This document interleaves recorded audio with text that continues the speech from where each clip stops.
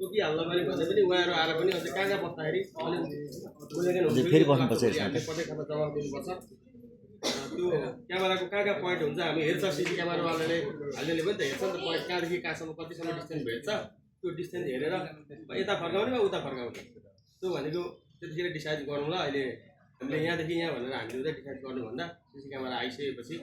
अनि यो ठाउँमा हाल्दाखेरि उचित मूल्याङ्कन हुन्थ्यो कि जस्तो लागेर मैले प्रस्ताव राखेको हुन्छ किनभने अब कतिपय ठाउँमा त घर हुन्छ नि त त्यो घरको डिस्टेन्स छोडेर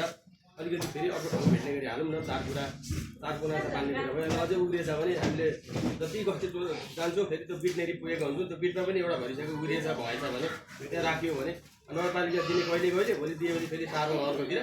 त्यो दिने कुरा चाहिँ भएको छ नगरपालिकाले कहिले दिन्छ थाहा छैन अब यस्तै छ नगरको अब स्थिति कहिलेसम्म सुचारू हुन्छ बजेटको त्यहाँ राख्यो भने चार कुनाबाट जाने पनि त्यहाँ हामीले पोइन्ट हेर्न पनि सक्छौँ हामी बस्दा हिँड्छौँ नि त राति त्यहीँ जान्छौँ त्यो चौकीदेखि आएपछि फेरि बसेर भने त्यही हो त्यहाँ पनि त यो पहिलेको अन्तिम पोइन्ट कहाँबाट भागेको छ मान्छे भन्ने पोइन्ट हेर्न सकिन्छ त्यो एउटा मूल कुरा चाहिँ त्यहाँ पनि राख्दाखेरि हुन्थ्यो भन्ने मेरो प्रस्ताव आयो है यो तपाईँहरूको के छ कुराहरू राख्दाखेरि अलिक राम्रो हुन्थ्यो कि भन्ने सुरक्षा हामीले आखिर गस्ती टोली र प्रशासनमै हामीले सुरक्षा दिनुपर्ने भएको कारणले गर्दाखेरि त्यो मूल पोइन्टमा त्यहाँ हालौँ एउटा सकेसम्म भइएछ र पैसाले बजेटले भ्याएछ भने र अर्को कुरो बस्तीको कुरा आयो यो सिसी क्यामेरा हालिसकेपछि बस्तीलाई